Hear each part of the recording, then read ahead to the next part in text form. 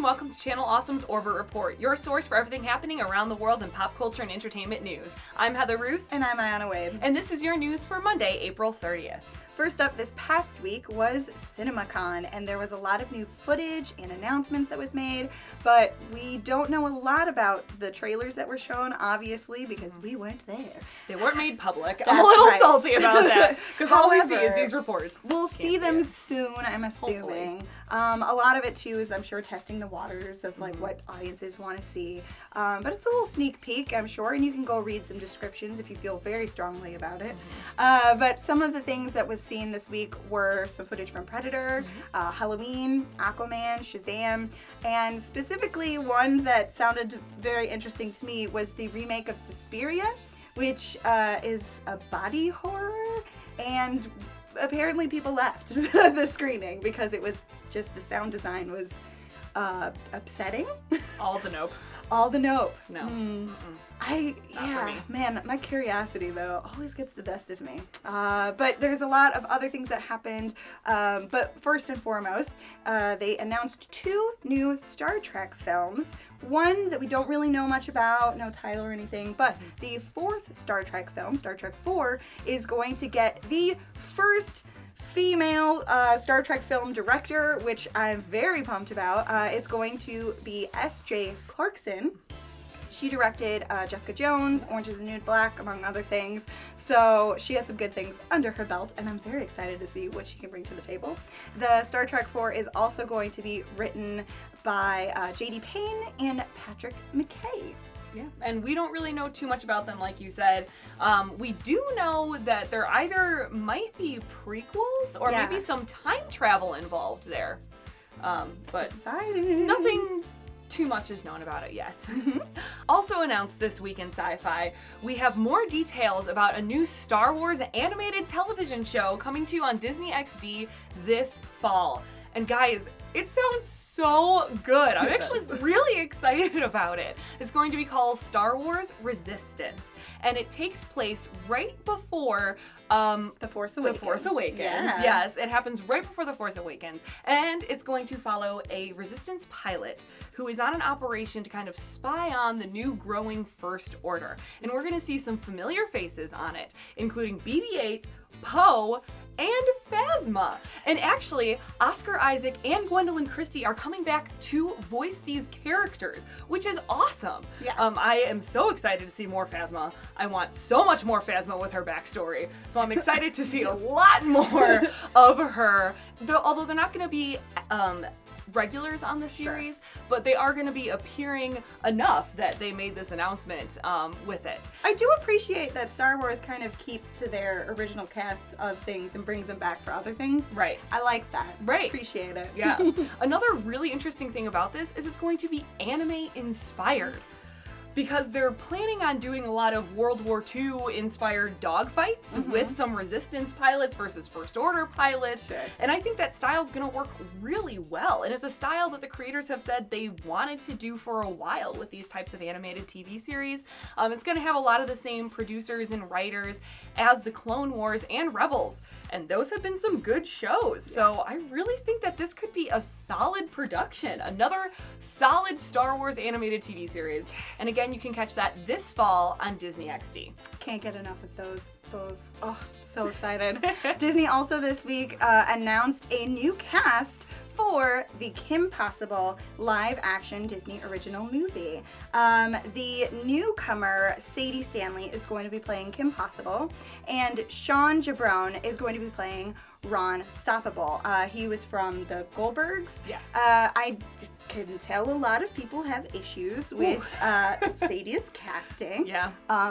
Maybe take it back a notch. She's 16. I understand the hesitance. I know you're like I'm still not sold on it now.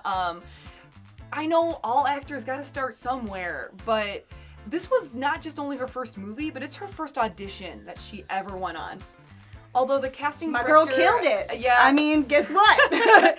It can happen. The casting director did say that she pretty much embodied the intelligence and like physical strength of Kim Possible. So maybe it'll be good. I'll be realistic with myself. I kind of hyped it up in my head because we had some of the original creators and writers as a part of this project, so I thought maybe Disney Channel might put some more money and power behind this movie to maybe attract more people to the Disney Channel, get them to buy that cable service or whatever, but I'm not even sure I'd watch it now. I don't know. Fair enough. It has some of the original writers on it, though. Yeah. So if that storyline is solid, and if the director is doing their job, I mean, guess what? It's gonna work. Yeah. That's the most important part. So Yeah. I still have hope. Yeah. But we will see. We'll just have to see. That's right. Also, playing on your nostalgia this week, the Nickelodeon game show Double Dare is officially coming back. And I'm pretty excited about it. Double Dare was one of my favorite game shows as a child. Although, I don't know, Legends of the Hidden Temple was up there too. I don't know which is better. Let me know in the comments which you think is better. Double Dare, Legends of the Hidden Temple, I don't know.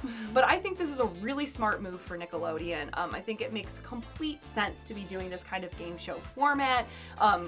Kids these days are kind of used to seeing themselves on the internet and on TV, and I think they could easily get a good batch of contestants. It might even be really interesting if they did things like take some younger YouTubers and had them like be on teams against or with their fans. I think that might be an interesting direction to take it in.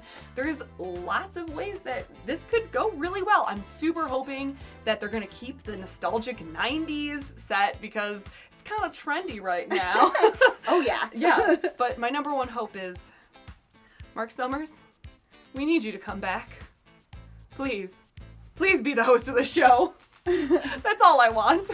No, I never saw the original. I didn't watch the Nickelodeon game shows. I'm sorry. It's all right. Not all of us could. You're allowed. Yeah, thank you. Aiyanna's never seen it. I just didn't, but it sounds interesting, and I would totally check it out. This reboot sounds pretty good. And it's coming this summer to Nickelodeon, so you don't have to wait too much longer.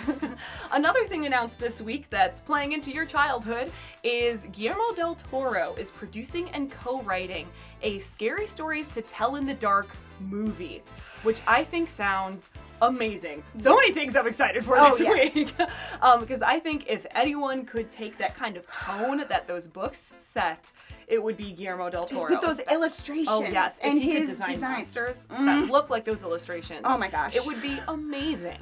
And he's co-writing it with Dan and Kevin Hageman, who you might know from this little thing called The Lego Movie. Oh, yeah. They also helped write some of the Troll Hunters on Netflix series, as well as were involved with Hotel Transylvania. So not only do these guys know how to write some good children's media, but they have some experience in children's horror. Yes. So I think them paired with Guillermo del Toro could make a great movie with some really interesting direction and tone. I would also argue too, though, that all of them know how to gear things towards children, but also not dumb it down for children and make it accessible to everyone, so that even the adults that are seeing it are also really into it. So definitely hyped for this. For sure.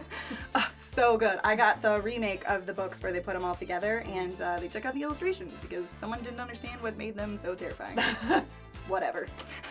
Last thing this week we wanted to touch on was that Venom trailer that we've all been waiting for, because we actually got to see Venom this time. What a concept! Oh my gosh. His "We Are Venom" and the wrapping around Eddie's head was really scary and terrifying, and he looks great. I gotta say, I was so wary, but it's looking real good. Yeah, gave me a little glimmer of hope, because That's after the first teaser that we got, I wasn't too excited about it. But maybe this could be good. I like that they kind of show him arguing with himself. Yeah. You know, that's a good thing to add in there. For sure. Although, let's be real, all of us nerds, I mean, symbiote? Come on. Symbiote. It's symbiote, not symbiote. All right, that's fine. Sorry. Hermione, go back. Weird, but whatever. It's a choice. It's a choice. It's a choice. Focus on that instead of other things. So, I see what you did there. One thing that I will have to say was it reminded me so much of the trailer that came out a couple weeks ago called Upgrade, which was Logan Marshall Green, which I and a few of other of you mistake for Tom Hardy. Often they have a very similar look.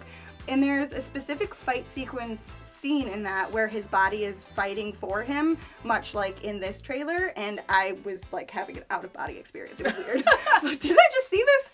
So strange. It's just not what I just saw. So weird how the universe parallels sometimes. Anyways, I'm looking forward to Venom. It looks like there's still some hope left, so excited for some more footage. We'll see. Other than that, you can let us know what we missed in the comments down below, or what you're looking forward to us talking about next week, or you can hit us up on social media. Heather, what's that for you? You can find me on Twitter at Heather Roos, Instagram at HRoos, or Twitch, twitch.tv/Heather Roos. And you can find me on Facebook as Aiyanna Wade, or everywhere else as Awesome Aiyanna. That's going to be it from us here. We'll see you next week. Same time, same place. In the meantime, can you beam us up?